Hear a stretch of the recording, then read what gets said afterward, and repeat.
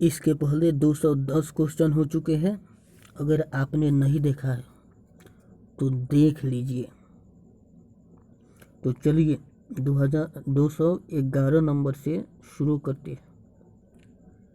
इसके पहले एक आवश्यक बात कि वीडियो के सभी नोटिफिकेशन पाने के लिए आपको सब्सक्राइब करना ही पड़ेगा।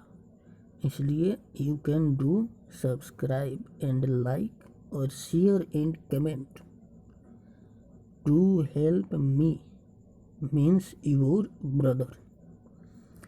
तो चलिए क्वेश्चन शुरू करते हैं।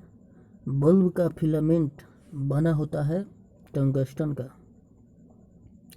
और बल्ब को सबसे पहले बनाए थे एडिसन नामक साइंटिस्ट। बड़े ही अजूबे साइंटिस्ट थे ये। अपने पूरे लाइफ में ये लगभग 3 महीना ही स्कूल गए हुए थे, और इन्होंने बल्ब का आविष्कार करके सारी दुनिया में उजियाला फैला दिया। आपको एक और बात बता दें कि डीसी करंट जो होता है, डीसी करंट का भी आविष्कार एडिसन ने किया था। और उसके बाद में एक और साइंटिस्ट थे जिन्होंने एसी करंट का आविष्कार किया, जिनका नाम था टेस्ला, मैक्सवेल टेस्ला। इन्होंने एसी करंट दिया था, जिससे आज बिजली का उत्पादन होता है। आपको पता होना चाहिए बिजली से एसी करंट का उत्पादन होता है, अल्टरनेट करंट का। विद्युत बल्ब में भरा जाने वाला गैस है नाइट्रोजन। ट्यूबलाइट में भरा होता है पारे का वाष्प व आर्गन। ट्यूबलाइट यानी वो जो लंबे लंबे बल्ब होते हैं उनमें पारे का वाष्प व आर्गन भरा होता है। फ्यूज का तार बना होता है शीशा और टीन का। फोटोग्राफी में उपयोगी तत्व है सिल्वर ब्रोमाइड। जी हाँ, फोटोग्राफी में उपयोगी तत्व है सिल्वर ब्रोमाइड।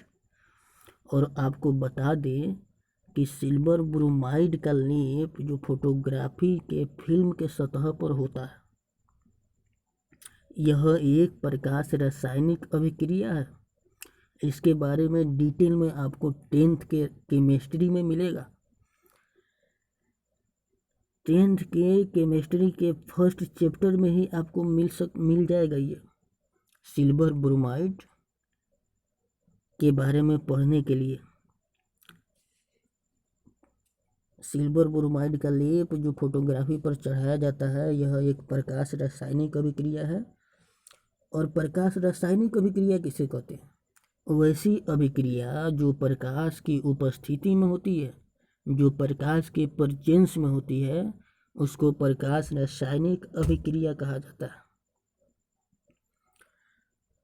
पौधों द्वारा जो प्रकाश संश्लेषण होता है, यह भी एक प्रकाश रासायनिक अभिक्रिया ही है। और सिल्वर क्लोराइड प्रकाश की उपस्थिति में अपघटित होकर सिल्वर तथा क्लोरीन में टूट जाता है। और ऐसा ही आचरण सिल्वर ब्रोमाइड और सिल्वर आयोडाइड भी करते हैं। इसीलिए सिल्वर ब्रोमाइड का यूज होता है फोटोग्राफी के फिल्म में। तो फोटोग्राफी में उपयोगी तत्व है सिल्वर ब्रोमाइड। फोटोग्राफी में फिक्सर अस्थायीकरण के रूप में प्रयोग होता है सोडियम थायोसल्फेट का। फोटोग्राफी में फिक्सर स्थायीकरण के रूप में प्रयोग होता है सोडियम थायोसल्फेट का। फोटोग्राफी में कौन सा अम्ल प्रयोग किया जाता है? तो फोटोग्राफी में ऑक्जेलिक अम्ल प्रयोग किया जाता है। फोटोग्राफी में ऑक्जेलिक अम्ल प्रयोग किया जाता है। तेल दीप की बत्ती में तेल ऊपर उठता है केशिकत्व क्रिया के कारण। तेल दीप की बत्ती में तेल ऊपर उठता है केशिकत्व क्रिया के कारण। हीरा का चमकना तथा मृग मरीचिका का बनने का कारण है पूर्ण आंतरिक परावर्तन। पूर्ण आंतरिक परावर्तन के कारण ही हीरा चमकता है और मृग मरीचिका बनता है। भू स्थिर उपग्रह की ऊंचाई है भू स्थिर उपग्रह की ऊंचाई है 36,000 किलोमीटर। सूर्य की ऊर्जा का स्रोत है नाभिकीय संलयन। और नाभिकीय संलयन कैसे होता है, मुझे उम्मीद है आप इसको जानते होंगे और आप इसके बारे में हमें नीचे के बॉक्स में, नीचे जो बॉक्स होता है उसमें बताएंगे। रॉकेट की गति आधारित है संवेग संरक्षण के सिद्धांत पर। मानव नेत्र कार्य करता है उत्तल लेंस की तरह। मानव का नेत्र उत्तल लेंस की तरह कार्य करता है।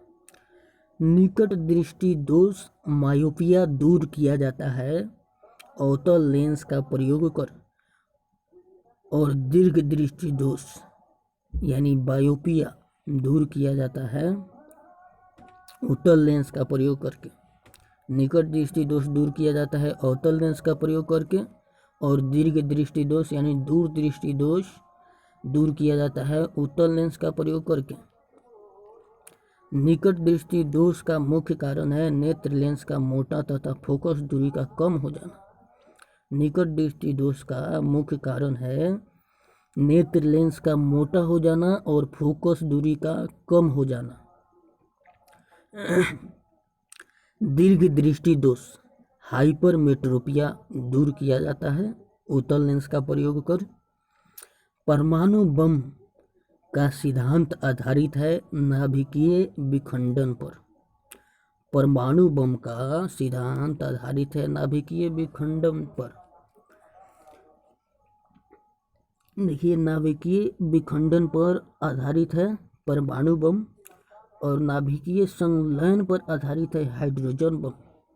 परमाणु बम से कई हजार गुना खतरनाक है ये हाइड्रोजन बम, क्योंकि इसमें नाभिकीय संलयन होता रहता है और ये कभी बुझने का, अगर ब्लास्ट कर गया तो बुझने का नाम ही नहीं लेता। तो आप सोच सकते हैं कि इससे कितना बर्बादी हो सकता है। तो परमाणु बम का सिद्धांत आधारित है नाभिकीय विखंडन पर। हाइड्रोजन बम का सिद्धांत आधारित है नाभिकीय संलयन पर। ग्रीन हाउस प्रभाव गैस है कार्बन डाइऑक्साइड। दाढ़ी बनाने तथा आँख, नाक, कान की जांच करने में प्रयोग होता है अवतल दर्पण का। दाढ़ी बनाने तथा आँख, नाक, कान की जांच में प्रयोग होता है अवतल दर्पण का। आपको दर्पण और लेंस के बारे में डिटेल में पढ़ना है 10th के फिजिक्स में। नाभिकीय विखंडन में प्रयुक्त होता है न्यूट्रॉन। नाभिकीय विखंडन में प्रयुक्त होता है यानी भाग लेता है न्यूट्रॉन। और न्यूट्रॉन क्या है? न्यूट्रॉन एक न्यूट्रल कण है। न्यूट्रल कण है, और जब 3 कण मिलते हैं, न्यूट्रॉन, प्रोटॉन और इलेक्ट्रॉन, तो एटम का निर्माण होता है, परमाणु का निर्माण होता है। और न्यूट्रॉन का खोज किस वैज्ञानिक ने किया था? आपको पता होना चाहिए। न्यूट्रॉन का खोज जेम्स चैडविक नामक वैज्ञानिक ने 1931 में किया था। द्रव अवस्था में, अवस्था लिखा गया, द्रव अवस्था में पाया जाने वाला धातु है पारा, Hg। इसी को मरकरी भी बोला जाता है। द्रव के रूप में पाया जाने वाला एकमात्र अधातु है ब्रोमीन। विद्युत धारा मापी जाती है अमीटर से, एमीटर भी बोला जाता है इसको। विद्युत धारा मापी जाती है यानी इलेक्ट्रिक करंट मापी जाती है अमीटर से। अदिश राशियाँ है कार्य, ऊर्जा, ताप, समय, चाल। और अदिश राशि किसे कहते हैं?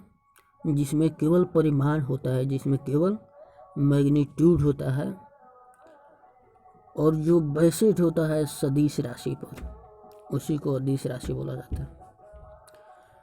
सदिश राशियाँ है त्वरण, बल, विस्थापन, संवेग। और सदिश राशि कहते हैं जिसमें परिमाण और दिशा दोनों हो, उसे सदिश राशि कहते हैं। जिसमें मैग्नीट्यूड और डायरेक्शन दोनों हो, उसको सदिश राशि बोला जाता है। शुष्क बर्फ है, शुष्क बर्फ, ठोस कार्बन डाइऑक्साइड। शुष्क बर्फ है, ठोस कार्बन डाइऑक्साइड। आप कभी इमेजिन कर सकते हैं क्या बर्फ से मानव का हाथ कट सकता है? लेकिन ऐसा हुआ था। एक व्यक्ति फ्रिज में बर्फ रख दिया था और उस बर्फ को जब निकालने गया तो वह इतना ठोस हो चुका था कि उसका हाथ कट गया था और ब्लड से फ्रीज भर गया था लगभग।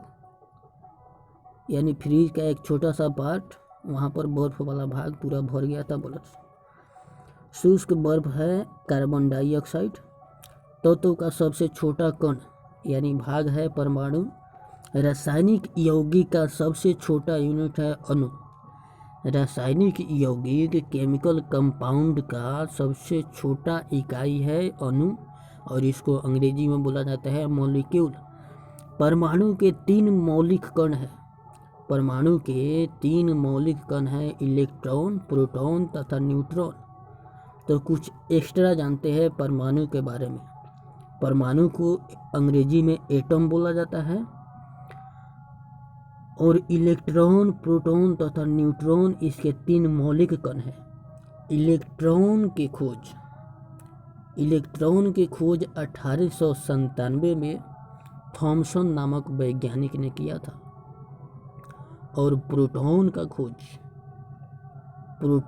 खोज गोल्डस्टीन नामक वैज्ञानिक ने किया था, परंतु रदरफोर्ड ने 1920 में इसको क्लियर कर इसका नाम प्रोटॉन दिया था, क्योंकि इस पर पॉजिटिव चार्ज होता है। ये न्यूट्रॉन की तरह न्यूट्रल नहीं होता है। तो आपको याद होना चाहिए, इलेक्ट्रॉन का खोज 1897 में जे थॉमसन ने किया था। प्रोटॉन का खोज रदरफोर्ड 1920 में इसका नामकरण किए थे, और इसके पहले गोल्डस्टीन ने प्रोटॉन का खोज कर लिया था। तो सिंपल में पूछे कि प्रोटॉन का खोज किसने किया था, तो गोल्डस्टीन, और इसका नामकरण और इसके बारे में अच्छा से रिसर्च और इसके बारे में बताया था रदरफोर्ड ने 1920 में। और न्यूट्रॉन के खोज किए थे जेम्स चैडविक 1931 में। तो फिर मिलते हैं अगले वीडियो में।